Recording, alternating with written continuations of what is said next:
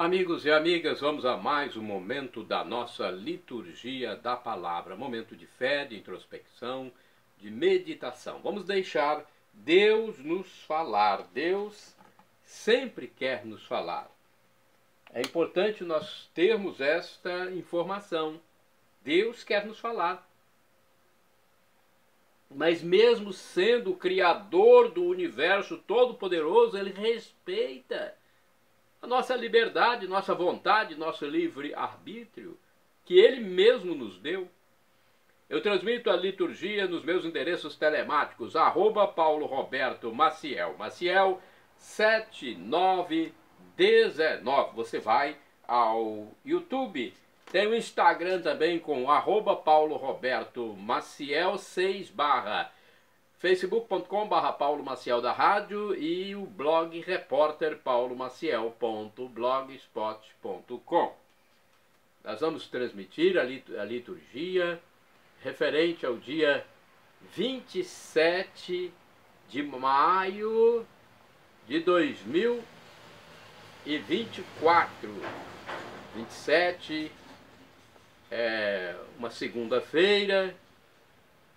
E temos uma missa comum, é a 8ª semana do tempo comum, uma missa com o ofício do dia, da 4ª semana do Saltério. Então, são essas as informações da 8ª semana do tempo comum. O ano litúrgico é o B, onde se enfatiza mais o evangelho escrito por São Marcos. A cor dos paramentos litúrgicos é verde, conforme eu estou simbolizando aqui. E agora, a missa pode ter uma memória facultativa. Isso fica a critério do presidente da celebração. Santo Agostinho de Cantuária. É a missa com memória facultativa. A cor é branca, nesse caso, se for em homenagem a Santo Agostinho de Cantuária, bispo da Igreja Católica. Antífona da entrada. O Senhor tornou-se o meu protetor e me conduziu para um lugar espaçoso. Ele me salvou porque me ama. É a antífona do Salmo 17, versículo 19 e seguinte. Agora a oração da coleta. Rezemos, coloque suas intenções, pense naquilo que você quer agradecer, que você quer interceder, naquilo ou naquela pessoa. Fazei, Senhor, que os acontecimentos deste mundo decorram na paz que desejais, e vossa igreja vos possa servir alegre e tranquila, por nosso Senhor Jesus Cristo, vosso Filho, que é Deus e convosco vive e reina na unidade do Espírito Santo por todos os séculos dos séculos. Amém. Primeira leitura, leitura da primeira epístola de São Pedro, capítulo 1, versículos do 3º ao 9. Bendito seja Deus, Pai de nosso Senhor Jesus Cristo. Em sua grande misericórdia, pela ressurreição de Jesus Cristo dentre os mortos, Ele nos fez nascer de novo, para uma esperança viva, para uma herança incorruptível que não estraga, que não se mancha nem murcha, e que é reservada para vós nos céus. Graças à fé e pelo poder de Deus, vós fostes guardados para a salvação que deve manifestar-se nos últimos tempos. Isto é motivo de alegria para vós, embora seja necessário que agora fiqueis por algum tempo aflitos por causa de várias provações. Deste modo, a vossa fé será provada como sendo verdadeira, mais preciosa que o ouro perecível que é provado no fogo, e alcançará louvor, honra e glória no dia da manifestação de Jesus Cristo. Sem ter visto o Senhor, vós o amais. Sem o ver ainda, nele acreditais. Isso será para vós fonte de alegria indizível e gloriosa, pois obtereis aquilo em que acreditais, a vossa salvação. Palavra do Senhor, graças a Deus. Que bonito trecho da carta do primeiro Papa da Igreja, São Pedro. Agora temos o salmo responsorial, é o salmo de resposta, o 110 na Bíblia Vulgata, a Bíblia de tradução da Septuaginta, ou 111 na Bíblia da tradução hebraica. Versículos do 1º, 2º, 5º ao 6º, 9º, 10º C e o refrão 5º B. Sem... Retificando o refrão, atenção. O Senhor se lembra sempre da aliança. Repitamos. O Senhor se lembra sempre da aliança. Eu agradeço a Deus de todo o coração, junto com todos os seus justos reunidos. Que grandiosas são as obras do Senhor. Elas merecem todo amor e admiração. O Senhor se lembra sempre da aliança. Ele dá alimento aos que o temem e jamais esquecerá sua aliança. Ao seu povo manifesta seu poder, dando a ele a herança das nações. O Senhor se lembra sempre da aliança. Enviou libertação para o seu povo, confirmou sua aliança para sempre. Seu nome é santo e é digno de respeito. Permaneça eternamente o seu louvor. O Senhor se lembra sempre da aliança. Repitamos. O Senhor se lembra sempre da aliança. Agora vamos aclamar o Santo Evangelho com um trecho da segunda epístola de São Paulo aos Coríntios, capítulo 8, versículo 9, e depois proclamar o Evangelho de Marcos, capítulo 10, versículos de 17 a 27. Aleluia, aleluia, aleluia. Aleluia, aleluia, aleluia, aleluia, aleluia. Jesus Cristo, Senhor nosso, embora sendo rico, para nós se tornou pobre, a fim de enriquecer-nos mediante sua pobreza. Aleluia, aleluia, aleluia, aleluia. Aleluia, aleluia, aleluia, aleluia.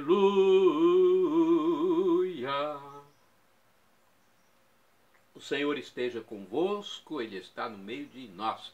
Proclamação do Evangelho de Jesus Cristo segundo São Marcos. Glória a vós, Senhor. Pelo sinal da Santa Cruz, livra-nos Deus nosso Senhor dos nossos inimigos. Naquele tempo, quando Jesus saiu a caminhar, veio alguém correndo, ajoelhou-se diante dele e perguntou: Bom mestre, que devo fazer para ganhar a vida eterna? Jesus disse: Por que me chamas de bom? Só Deus é bom e mais ninguém. Tu conheces os mandamentos? Não matarás, não cometerás adultério, não roubarás, não levantarás falso testemunho, não prejudicarás ninguém, honra teu pai e tua mãe. Ele respondeu: Mestre, tudo isso tenho observado desde a minha juventude.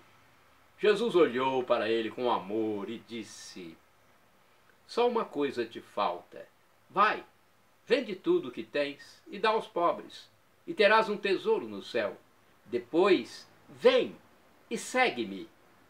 Mas quando ele ouviu isso, ficou abatido e foi embora cheio de tristeza, porque era muito rico.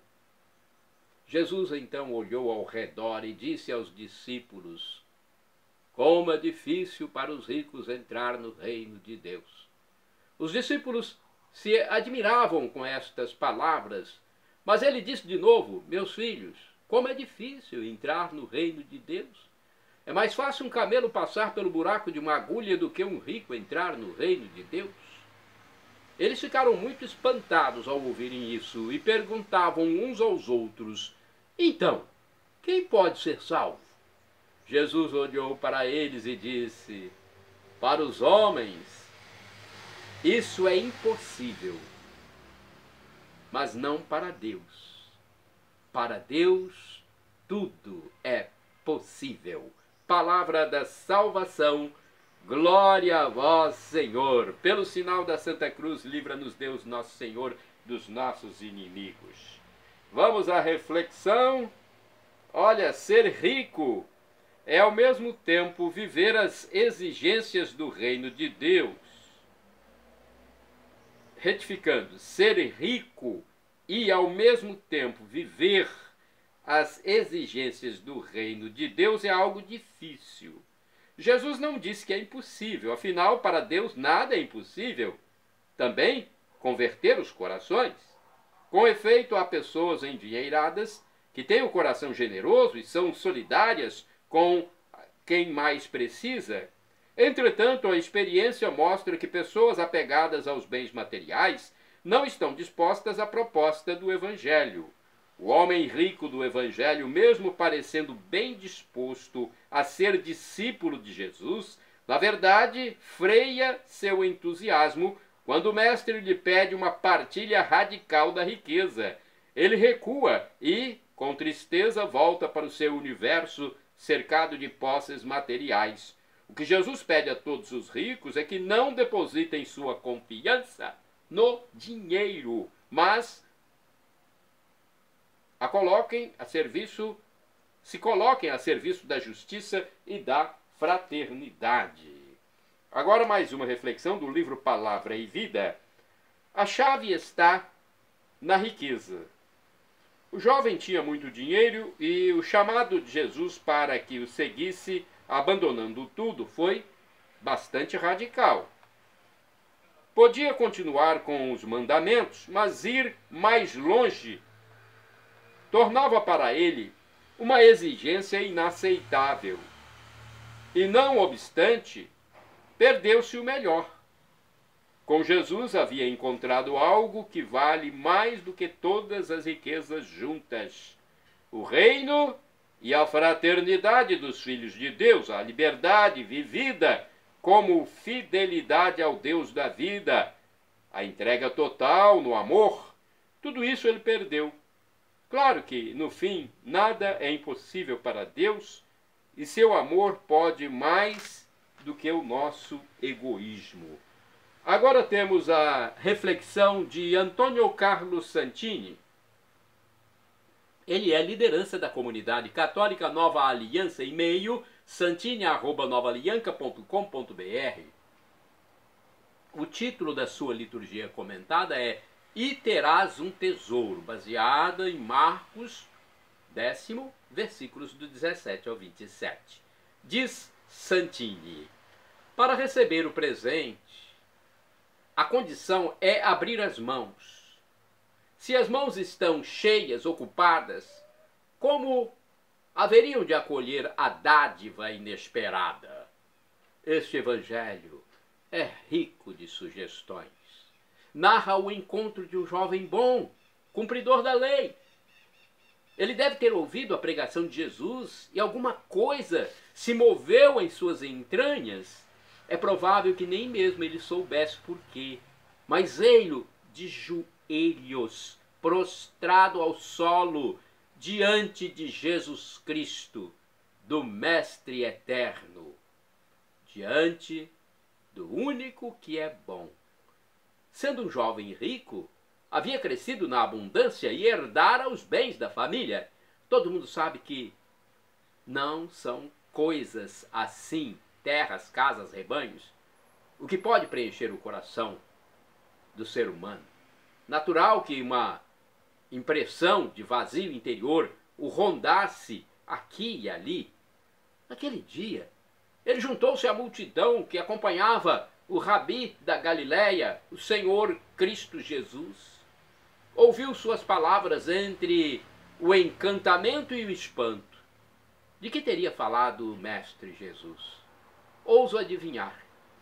Lembrou as aves do céu, que não semeiam nem colhem, mas são alimentadas pelo Pai Celeste, e os lírios do campo, cujo manto de ouro excede em muito as túnicas do rei Salomão. Teria comentado ainda que o Filho do Homem não tinha uma pedra ao menos para descansar a cabeça. Coisas assim, novidade absoluta para o jovem inquieto. Quando o jovem conversou com Jesus, logo após ter declarado com candura que observava toda a lei, cumpria todos os mandamentos, aconteceu algo inesperado. Jesus olhou para ele e viu que era amável. Olhou com amor e foi por amar o jovem que Jesus decidiu exigir dele muito mais que a lei seca do Sinai. Em seu olhar de amor, que vai ao âmago da alma, Jesus percebeu que o jovem ainda não estava pleno, cheio, e disse: uma coisa te falta. O jovem pode ter pensado: alguma coisa me falta, mas eu tenho tudo. E Jesus diz: vai, vende tudo, dá aos pobres. Depois vem e segue-me.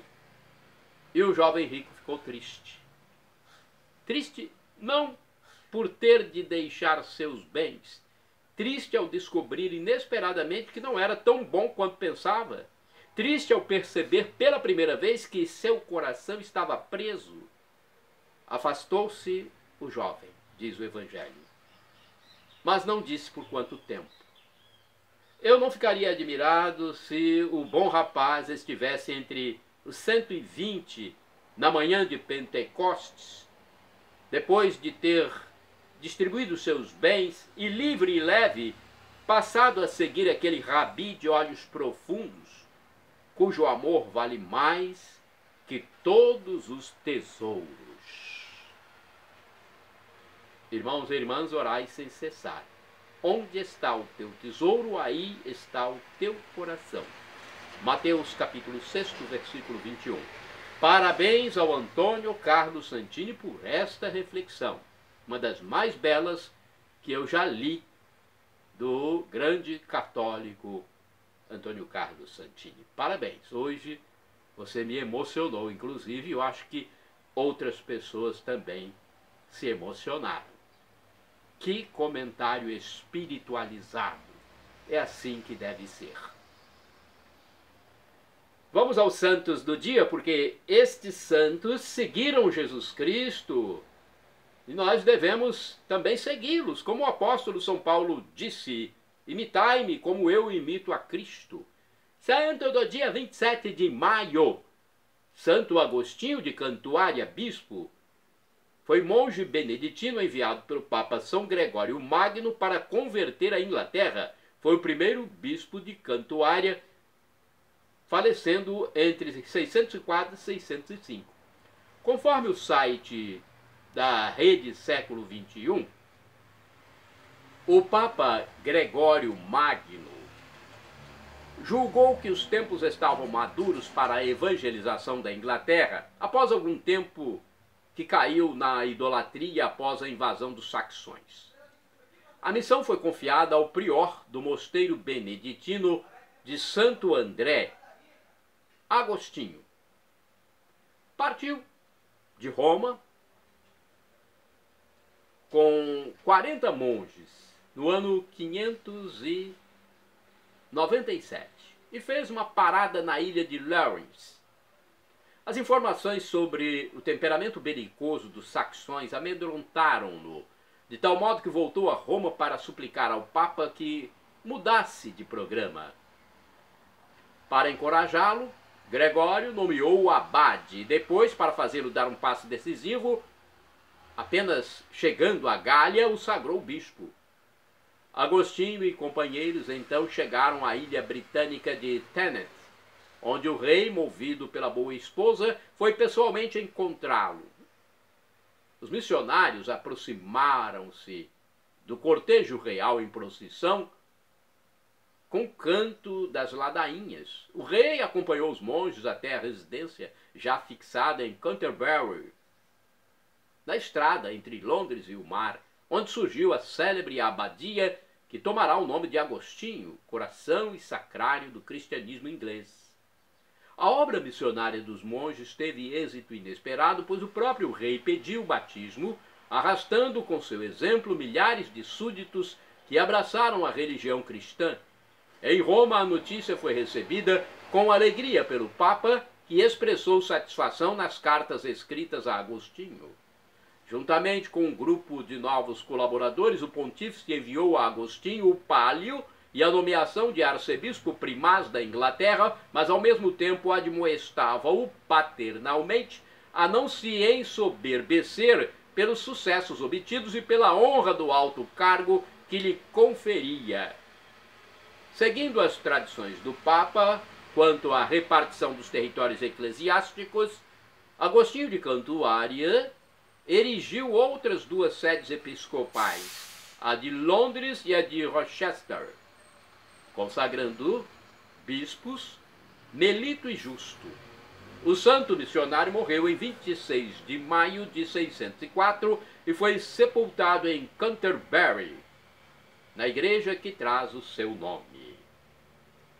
Santo do dia 27 de maio, São Júlio de Silistra. Foi mártir do ano 302. Veterano do exército romano, Júlio de Silistra foi decapitado, ou seja, teve a cabeça cortada em Silistra, atual Bulgária. E isso aconteceu porque ele recusou-se a sacrificar aos ídolos, permanecendo fiel a Cristo Jesus.